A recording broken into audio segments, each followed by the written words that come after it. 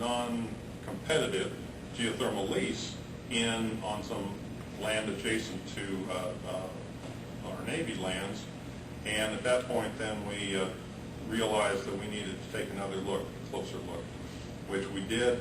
Followed that up with some geothermal, some geophysical, and geological exploration, enough to feel that there's a reasonable chance of a geothermal resource that's located under these Navy lands, to the point where we want to go ahead and do a couple of exploration holes down to 3,000 to 4,000 foot and begin this programmatic environmental impact statement, which will then provide a framework for subsequent development as we decide to move forward.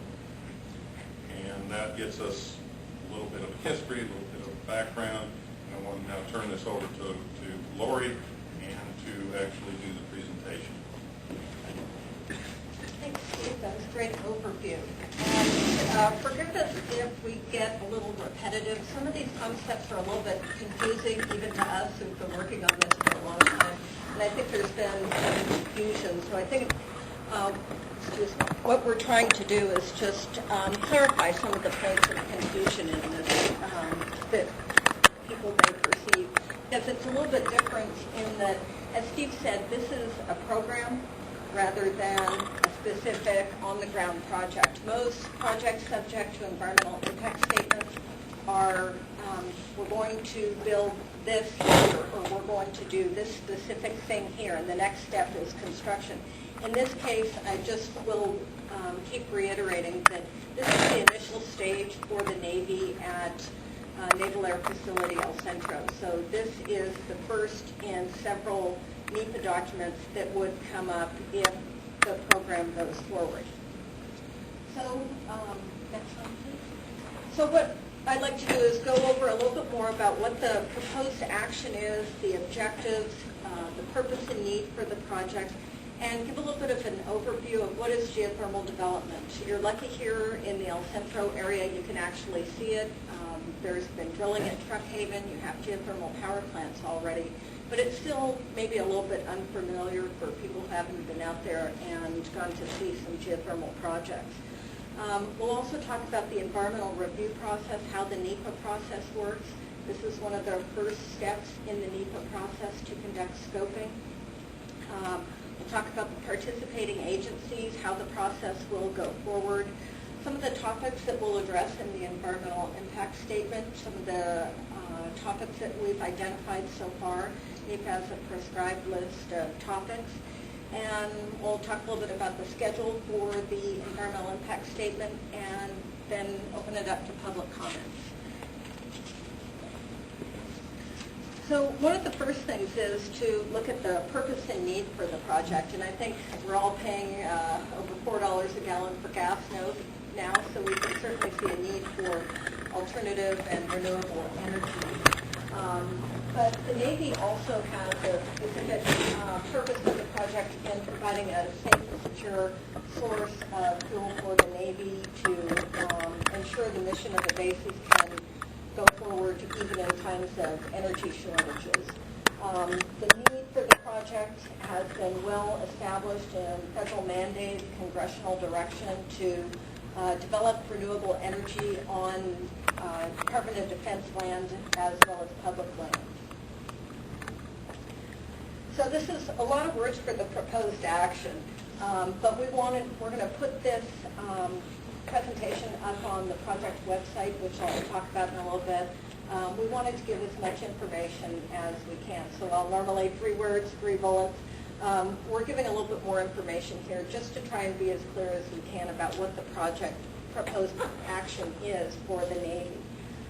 So the proposed action is to initiate a geothermal development program on Navy land. So the Navy is going to use this programmatic environmental impact statement to consider whether they want to go forward with a public-private partnership to have a private entity develop the geothermal resource at Naval Air Facility El Centro.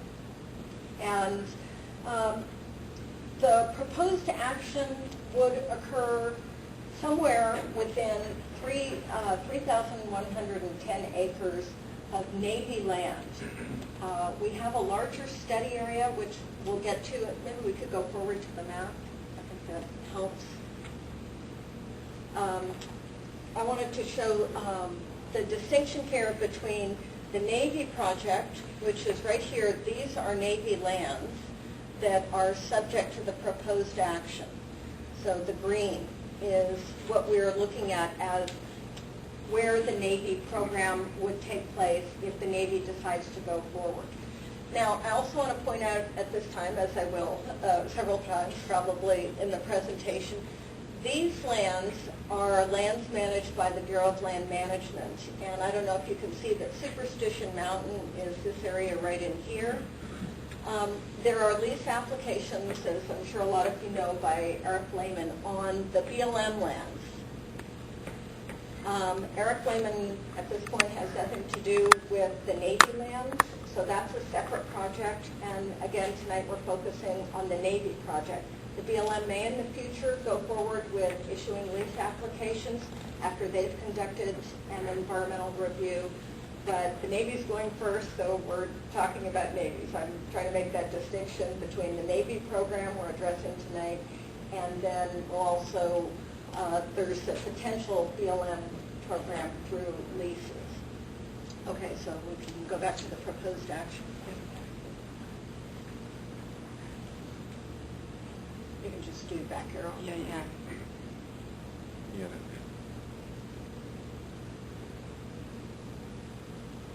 Okay, so while we talked about the green area on the map is something over 3,000 acres, the proposed program would not take place and physically disturb that many acres. Geothermal development occurs through drilling and testing, and you have to find where the resource is. But in order to produce the resource, you don't need to cover the entire surface. You don't need to fence off the entire surface. The Navy developed what's called a reasonably foreseeable development scenario, which in order to address what are the effects of the program, you have to have a sense of what the program might result in. And it may result in disturbance of something in the neighborhood of 200 acres. Now, in the study area, we've defined a study area for the proposed project, and that will, we will address the potential for cumulative effects on the adjacent BLM lands should geothermal program go forward under the BLM. But that will be a cumulative impact analysis. The Navy is envisioning a public-private partnership. After conducting this environmental review, understanding the effects of the geothermal program in the area, the Navy will decide whether or not to go forward with a program. And if they choose to go forward, it is likely to be a public-private partnership where the Navy solicits bids and enters into a public-private partnership for a third party to develop the resources. So the program would include well drilling, geothermal exploration, well testing, field development, which can include the construction of pipelines, design of the power plant, and resource utilization, which includes construction and operation of a power plant and construction of a transmission line. So those activities would be part of the program should this go forward. This slide is designed to give you an idea of what the time frame is. Once we go through the environmental impact statement process, we'll have a separate discussion of the schedule for the EIS process. This gives you an idea of what the schedule for the whole program might be. So after we go through a year or so of the NEPA process, the Navy will make a decision. And if they decide to develop, there would be a period for contract award. Then there would be the contractor would issue a proposed project, a plan of operation, what the contractor would like to do to proceed with development. That plan would be subject to another environmental review under the National Environmental Policy Act.